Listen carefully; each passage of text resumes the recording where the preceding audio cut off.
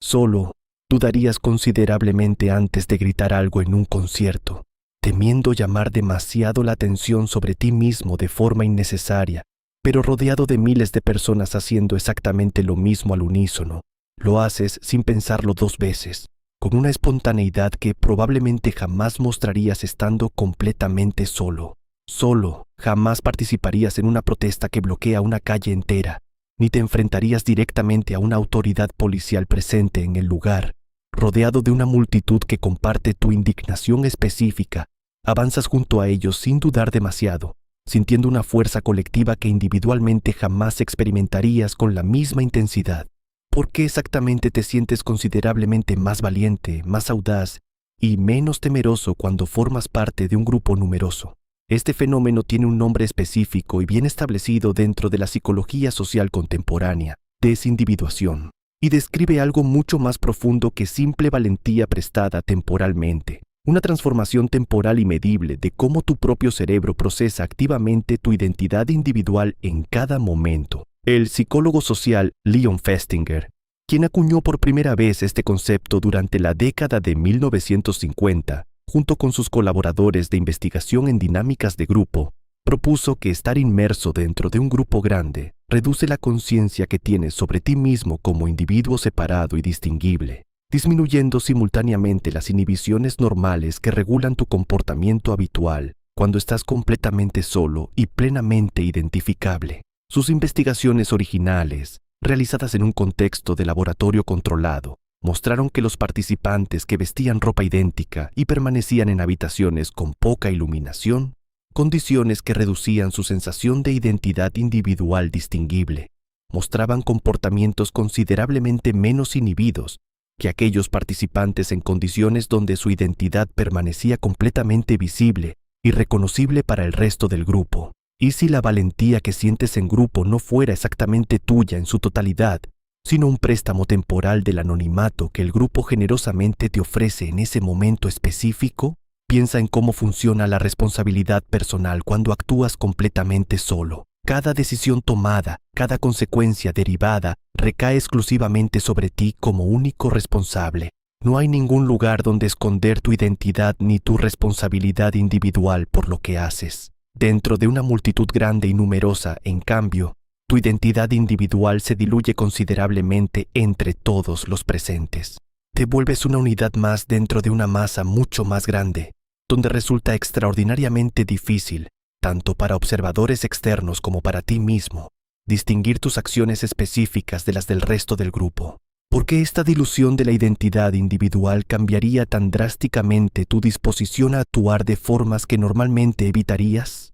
Porque gran parte de tu comportamiento cotidiano está regulado, en primer lugar, por la anticipación de consecuencias sociales personales, vergüenza, culpa, juicio ajeno, dirigido específicamente hacia ti como individuo identificable. Cuando el grupo diluye tu identidad, también diluye la probabilidad de que esas consecuencias sociales te alcancen específicamente a ti. Tu cerebro, calculando de forma automática el riesgo social real de cada acción, ajusta tu comportamiento en consecuencia, sin que tú lo decidas de forma consciente y deliberada. El psicólogo Philip Zimbardo, ampliamente conocido por su investigación sobre comportamiento grupal y sus consecuencias a lo largo de una extensa carrera de investigación experimental, demostró experimentalmente que las personas cuya identidad quedaba oculta mediante uniformes o capuchas mostraban comportamientos considerablemente más agresivos que participantes idénticos, cuya identidad permanecía completamente visible durante el mismo experimento controlado. En uno de sus experimentos más citados, mujeres participantes que vestían batas idénticas junto con capuchas que ocultaban completamente su rostro, administraban descargas eléctricas simuladas de mayor intensidad y duración a otras participantes, comparadas con mujeres que llevaban etiquetas visibles con su propio nombre completo y ninguna prenda que ocultara su identidad frente al resto del grupo experimental. Existe también un componente neurológico específico relacionado con este fenómeno. El neurocientífico Mina Cikara, especializada en el estudio de la neurociencia del comportamiento grupal a través de experimentos con resonancia magnética funcional, ha documentado que la actividad en la corteza prefrontal medial, una región cerebral asociada directamente con el procesamiento reflexivo sobre uno mismo y sus propias acciones individuales, disminuye considerablemente cuando las personas actúan como parte de una multitud grande y coordinada, comparada con su actividad habitual durante la toma de decisiones completamente individual. Sus investigaciones, realizadas comparando participantes que tomaban decisiones de forma aislada frente a otros que tomaban decisiones equivalentes dentro de un contexto grupal simulado, mostraron consistentemente esta reducción medible en la actividad de autorreflexión, sugiriendo que el efecto de desindividuación tiene una base neurológica concreta y observable, no solo una explicación puramente conductual o teórica. ¿Qué pasaría si tu cerebro literalmente redujera la cantidad de recursos dedicados a reflexionar sobre tus propias acciones individuales, precisamente en el momento en que formas parte de un grupo numeroso? Esta disminución de la actividad autorreflexiva podría explicar por qué muchas personas describen, después de participar en comportamientos grupales intensos como protestas masivas o disturbios, una sensación de haber actuado casi en piloto automático, sin la misma deliberación consciente que aplicarían normalmente a decisiones similares tomadas en soledad. Existe también un factor relacionado directamente con la difusión de responsabilidad. Cuando actúas dentro de un grupo grande, la responsabilidad moral y práctica de cualquier consecuencia negativa se distribuye, al menos psicológicamente, entre todos los participantes presentes, en lugar de recaer completamente sobre un solo individuo identificable. Este mecanismo, ampliamente estudiado en investigaciones sobre comportamiento colectivo desde distintas disciplinas académicas, sugiere que cuantas más personas participan en una acción determinada, menor es la responsabilidad percibida por cada individuo específico dentro de esa acción compartida, incluso cuando la responsabilidad objetiva y legal permanezca exactamente igual para cada participante involucrado. ¿Por qué tu cerebro calcularía tu responsabilidad moral casi como una fracción matemática, dividida automáticamente entre el número de personas que te acompañan en una acción específica? Porque, evolutivamente hablando, actuar de forma coordinada con el grupo, siguiendo el comportamiento colectivo dominante en cada momento, generalmente representó una estrategia de supervivencia considerablemente más segura que actuar de forma completamente independiente y aislada del resto del grupo social al que pertenecías durante toda tu vida. Existe evidencia experimental adicional sobre cómo el tamaño específico del grupo influye directamente en la intensidad medible de este efecto psicológico. Estudios sobre comportamiento en multitudes han encontrado que la desindividuación se intensifica de forma proporcional al tamaño del grupo, alcanzando su punto máximo en multitudes suficientemente grandes como para que resulte prácticamente imposible identificar a cualquier participante específico entre la masa general. Esto explica por qué comportamientos que serían impensables en un grupo pequeño de 5 o 10 personas, donde cada individuo sigue siendo perfectamente identificable por el resto, se vuelven considerablemente más comunes en multitudes de cientos o miles de personas, donde la identidad individual queda prácticamente disuelta dentro de la masa colectiva más amplia. Investigadores en dinámicas de multitudes han sugerido que este umbral no responde simplemente al tamaño numérico del grupo en sí, sino a la sensación subjetiva de anonimato que ese tamaño genera en cada participante individual. Un concierto pequeño en un espacio íntimo, donde los asistentes pueden reconocerse fácilmente entre sí, genera considerablemente menos desindividuación que un estadio completo lleno de miles de desconocidos que nunca volverán a encontrarse entre ellos después de ese evento específico. ¿Qué pasaría si existiera un umbral específico de tamaño de grupo,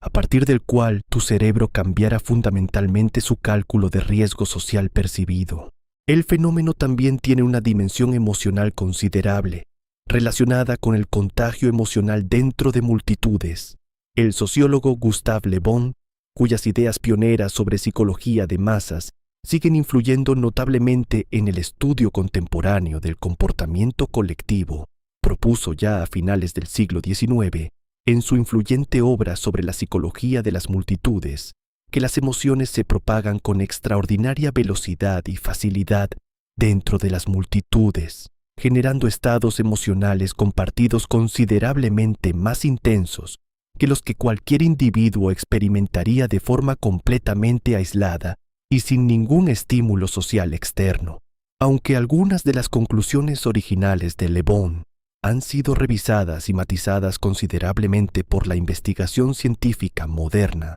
su observación fundamental sobre el contagio emocional dentro de las multitudes sigue siendo ampliamente respaldada por estudios contemporáneos de psicología social y neurociencia, aplicados ahora con metodologías mucho más rigurosas y controladas que las disponibles durante su época original de investigación. Investigaciones modernas sobre este fenómeno, respaldadas por estudios de neurociencia social, han confirmado que las emociones intensas observadas en otros miembros de un grupo se transmiten de forma prácticamente automática entre los participantes a través de mecanismos relacionados con las neuronas espejo y la sincronización fisiológica grupal. ¿Por qué la valentía o el entusiasmo de quienes te rodean se contagiaría hacia ti con tanta facilidad e intensidad, incluso cuando individualmente no compartirías la misma intensidad emocional inicial? Porque tu sistema nervioso está diseñado, desde una perspectiva evolutiva,